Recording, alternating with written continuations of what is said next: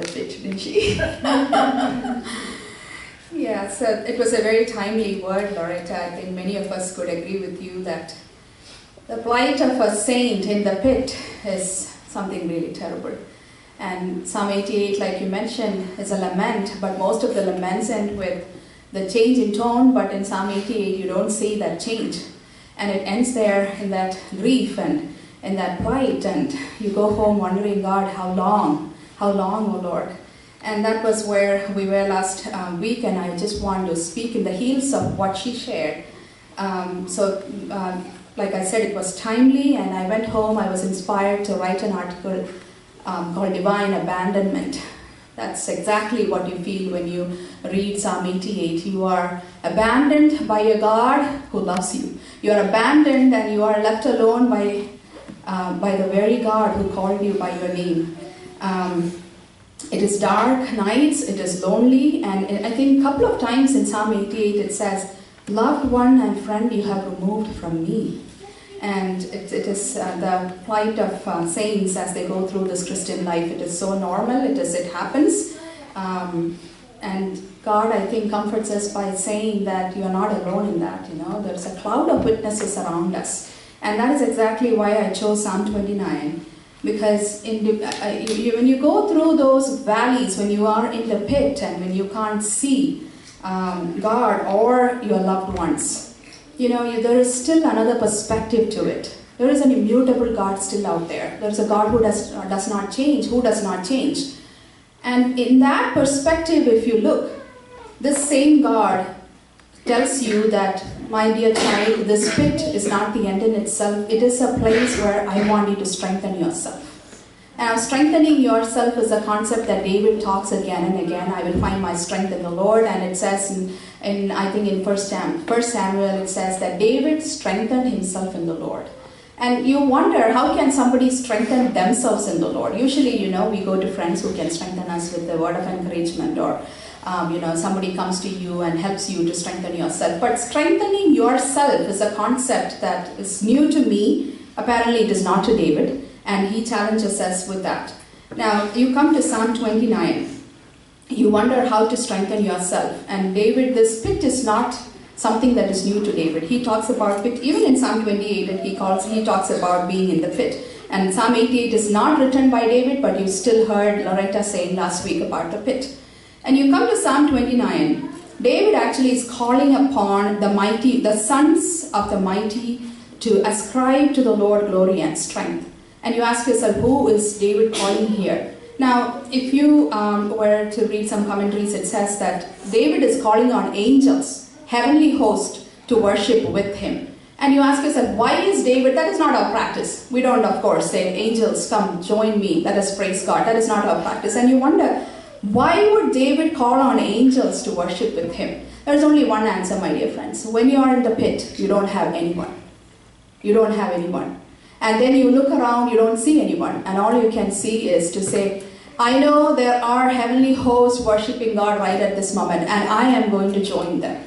I am going to join them. I am going to worship God with the angels. And I believe that is why David is calling on angels to worship with him. And you go on to the third verse.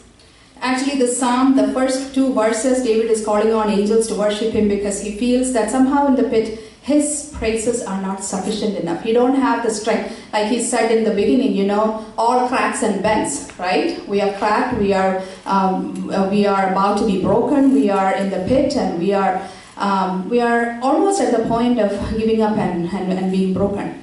And then David feels that his praises are not sufficient. So he is calling on the mighty ones who without stop, without ending, is praising God, and he's joining them in praises. And verses 3 through 9, if you were to count the word voice of the Lord, it is 7 times mentioned there.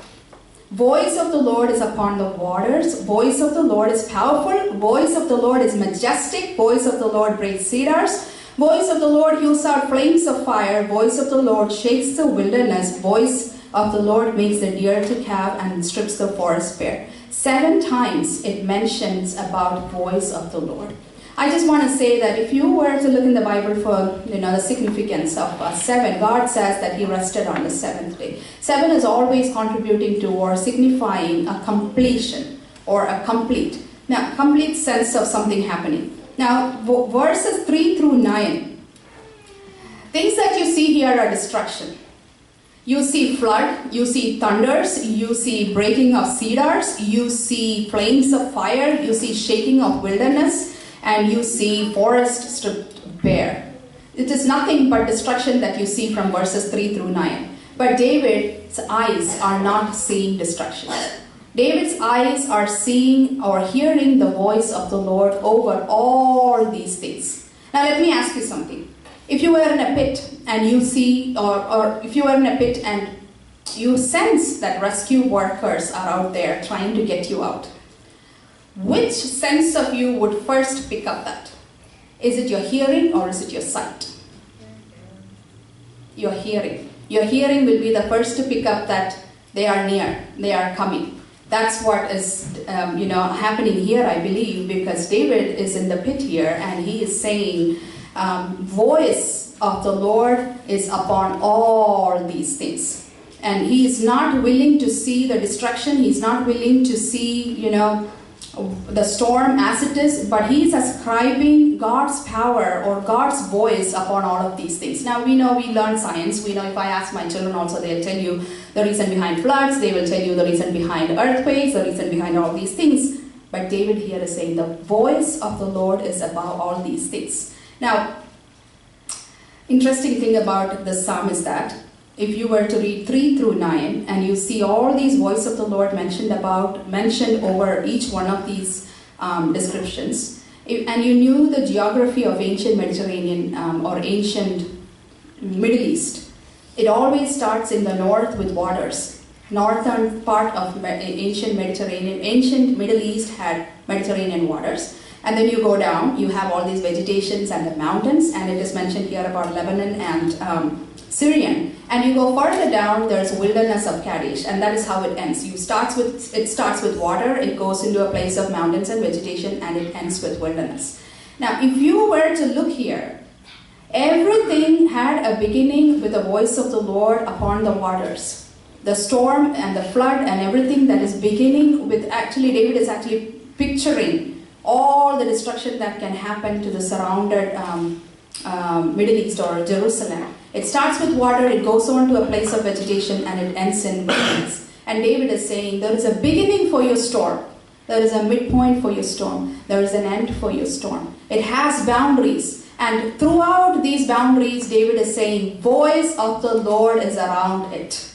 The voice of the Lord is in charge of the waters that can rise. Voice of the Lord is in charge of the destruction of the vegetation. The voice of the Lord is in charge of the shaking of the wilderness. He is giving a boundary to anything that can shake, anything that can go wrong, anything that can happen around those places. And I think, at the end of it, he comes and he says, the Lord sat as king at the flood. Now, the flood in verse 10 is a word that is standing for the very flood in times of Noah.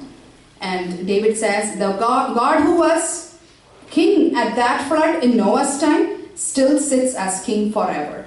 There is no change in him. He is immutable. He has not changed. And so he will give strength to his people. The Lord will bless his people with peace. Now what started with glory, ascribing glory in the heavens, ends with peace on earth. That's what we see here. He begins with ascribing glory in verses 1 and 2 in the heavens, and at last he says, the Lord will give strength to his people, and the Lord will bless his people with peace. Like we sing in Exhortation, during Christmas time, we say that, glory in the heavens and peace on earth, and this is what is happening here. And in the midst, who would have thought that such changes, such calamities are going, and still, David begins with glory and ends with peace and says, when you are seeing all these things, when you are seeing destruction, when you are seeing loneliness, when you are seeing pit, when you are seeing darkness, when you are seeing sickness, when you are seeing financial difficulties, and when you are seeing you don't know how in the world you will get out of this pit, Ascribe greatness to God. If you don't find anybody, go join the heavenly host and sing glory to God. And know that the suffering is marked with a boundary. It has a beginning, it has a middle, it has an end. And it is all marked with the voice of the Lord. You see things that are happening that should not, it is the voice of the Lord. You see destruction, it is the voice of the Lord. You see calamities, it is the voice of the Lord. It is marked, it has a boundary. And so if it is rising from the waters, it will end in the wilderness. It is marked and it has a boundary. And so he encourages us to find glory, shout glory to the Lord in heavens, and know that peace will be on earth. And one of my favorite verses here is that in the midst of all these things, it talks about the deer giving birth. And I sat there and wondered, God, everything that is talked about here is destruction. Destruction of vegetation, destruction of, the flood and arising and causing destruction. The waters and all these things causing destruction, Lord. Why would you say about giving birth? You know what? The same voice of the Lord that strips the forest bare is also birthing new things in our lives. In the midst of these things happening, it is birthing new things in your life. We can't see it. It is like that young ones of the deer. You don't. It is so tiny and insignificant. It can't even stand upon its own. They say that deers, they try to stand upon its own, fall down, stand upon its own, fall down. Right? It is so insignificant. But the same voice that is tearing things apart in your life right now, my dear brothers and sisters, is the same voice that is giving birth. That is giving birth in many different areas that you can't see probably. You can't hear, but it is happening. Let me encourage you with those words.